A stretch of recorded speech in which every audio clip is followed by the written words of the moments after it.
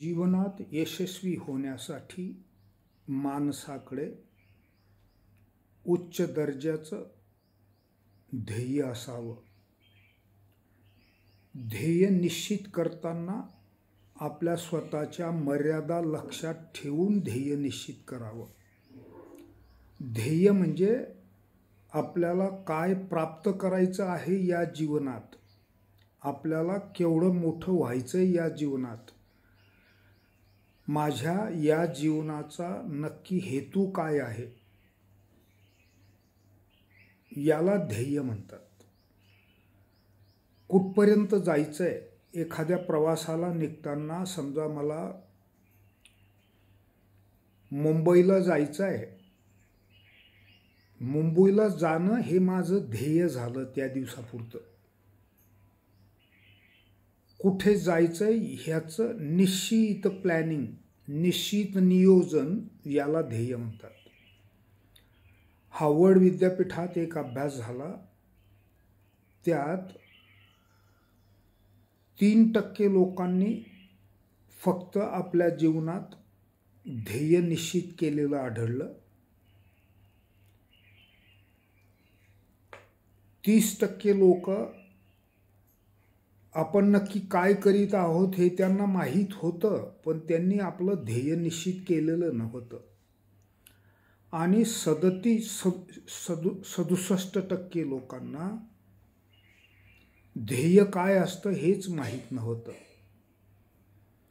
त्यामुळे हे जे 67% लोक आहेत किंवा 97% लोक आहेत, हे खूपदा यशाच्या उच्च पातळीपर्यंत पोहोचताना दिसत नाही. कारण ध्येयप्राप्तीसाठी संपूर्ण सामर्थ्य त्या एखाद्या विशिष्ट विषयावर केंद्रित करावं लागतं हे माहीतच नाही.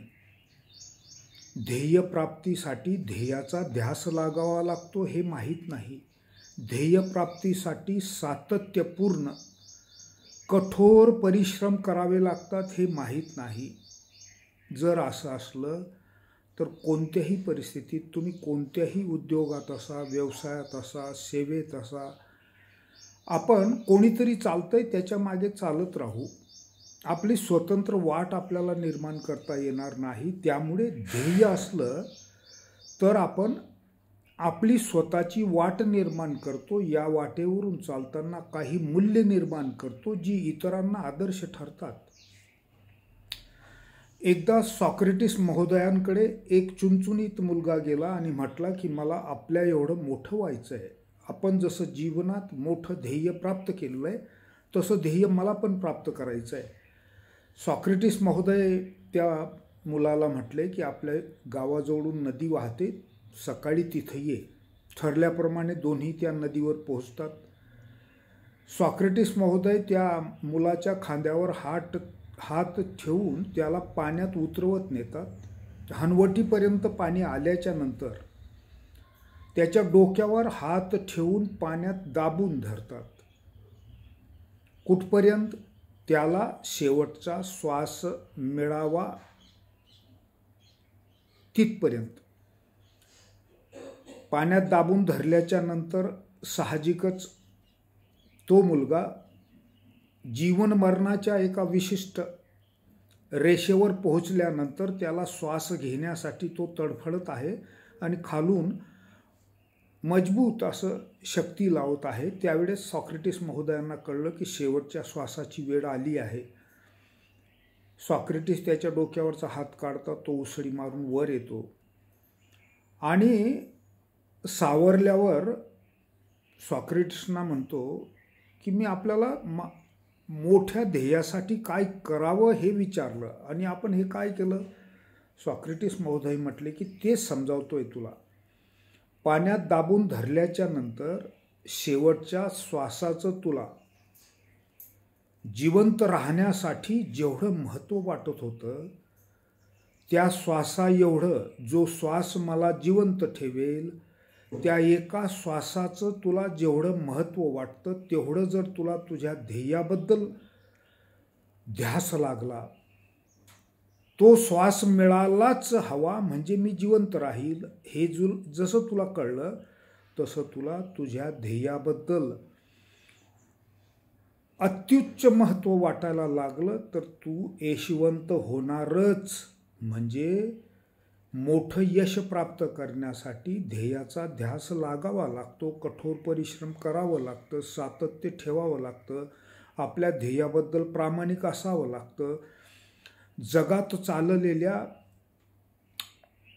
मोठ्या घटनांबद्दल अवगत राहावं लागतं, अप टू डेट राहावं लागतं जगाच्या प्रवासाबद्दल, जगातल्या मोठ्या माणसांबद्दल आदर असावा लागतो, जगातली सर्वोच्च मोठी माणसं कुठे आहेत आणि मी कुठे आहेत याच्यातलं अंतर कापण्यासाठी मला काय करावं लागेल ते करणं म्हणजे ध्येय आहे.